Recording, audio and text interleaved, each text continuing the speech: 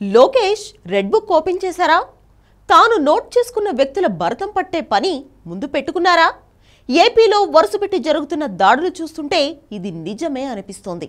ఏపీలో కూటమి అలా గెలిచిందో లేదో ఇలా వైసీపీ నేతలను గత ప్రభుత్వంలో వాళ్లకు సహకరించిన అధికారులను టార్గెట్ చేశారు. గతంలో ఏపీ బెవరేజెస్ చైర్మన్ గా పనిచేసిన వాసుదేవరెడ్డిపై సిఐడి సోదాలు నిర్వహించింది. గత ప్రభుత్వంలో వైసీపీ నేతలకు లాభం చేకూర్చేలా వాసుదేవరెడ్డి వ్యవహరించారనేది సిఐడి వాదన.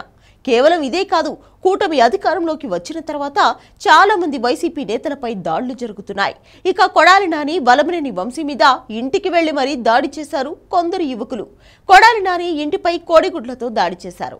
వంశీ ఇంటికి గేట్లు పగలగొట్టే ప్రయత్నం చేశారు. న్యూజివీడ్లో వైసీపీ కౌన్సిలర్పై కత్తులతో దాడి చేశారు. ఈ వ్యక్తిగత దాడుల విషయం పక్కన పెడితే అధికారుల్లో కూడా చాలా మంది మారుస్తున్నట్లు తెలుస్తోంది. ఇప్పటికే జగన్ సర్కారులో పనిచేసిన చాలా మంది లిస్ట్ రెడీ చేశారు చంద్రబాబు.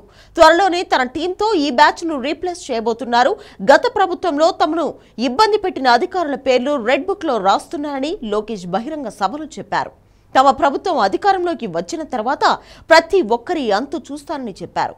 ఇప్పుడు ఎవరెవరు దాడులకు గురవుతున్నారో, ఏ అధికారుల మార్పు జరుగుతుందో వాళ్లంతా లోకేష్ రెడ్ బుక్ లో ఉన్నవాళ్లే.